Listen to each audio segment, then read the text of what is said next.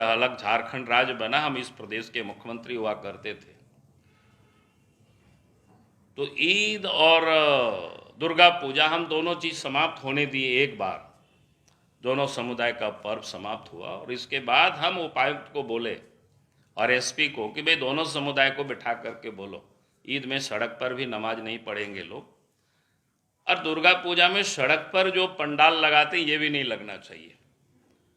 और आप सबको याद होगा, अगर उस समय के लोग होंगे तो सारे पंडाल अंदर चले गए और फिर सड़कों पर जो ईद का जो मेला लगते थे, एकदम सड़क जाम हो जाता था, उस वक्त उसको भी हमने खाली करवा दिया था। हमने कहा कि भाई एक बार, ताकि लोगों को ऐसा नहीं लगे कि हम किसी के साथ भेदभाव कर रहे हैं।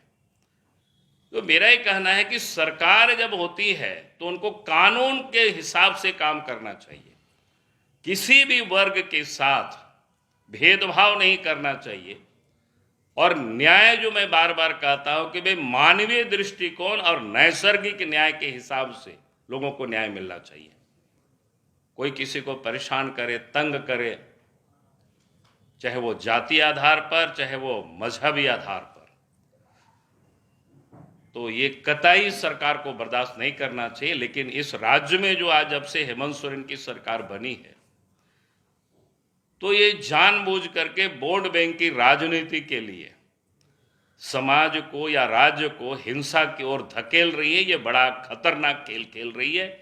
तो मैं ये कह रहा हूं कि अचानक ये घटनाएं है, ऐसा नहीं है। अगर सिलसिलेवार क्रमवार देखें कि सांप्रदायिक ये जो हिंसा या उन्माद जो बढ़ रहा है, वो अचानक नहीं है। ये एक बिल्कुल सुनियोजित तरीके से इस प्रकार की घटना को अंजाम भी दिया जा रहा है। और आश्चर्य यह है कि और उसमें से सरकार की ओर से कहीं ना कहीं ऐसे तत्वों को संरक्षण मिल रहा है, यानी उनके ओर से पश्वित पुलवित जिसको कह सकते हैं। और जिस कारण से आज प्रदेश में एक प्रकार से जो सांप्रदायिक तनाव या तापीस वो अब एहसास हो रहा है। और ये जो जितनी उपद्रवी तत्व है उनकी मनोबल को बढ़ाना, और उससे अधिक दूसरा कुछ नहीं है।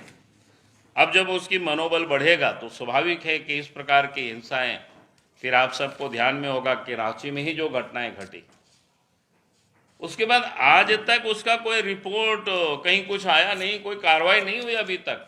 उसमें तो शायद हाईकोर्ट भी कई बार डांट फटकार सरकार को लगाई।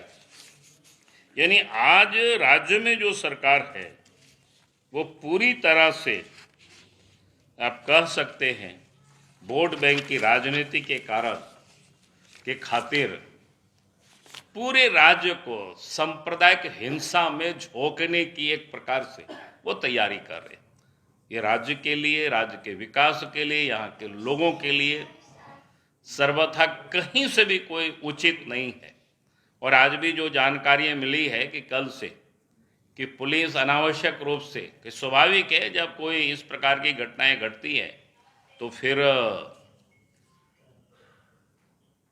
रिएक्शन होता है। तो जिस प्रकार से धड़ पकड़ या लोगों को परेशान करना, तो मैं कहूँगा कि भाई सरकार को संयम बरतना चाहिए। और मैं बार बार एक बात कहा करता हूँ कि भाई हमें हर हमेशा मानवीय मूल्यों के साथ खिलवाड़ नहीं करना चाहिए। नैसर्गिक जो नियम है उसकी पालन होनी चाहिए और इसमें सरकार को कहीं कोई कोताही नहीं करनी चाहिए। झारखंड लाइव की और वीडियोस को देखने के लिए चैनल को सब्सक्राइब करें और सीधे नोटिफिकेशन पाने के लिए बेल आइकन दबाएं।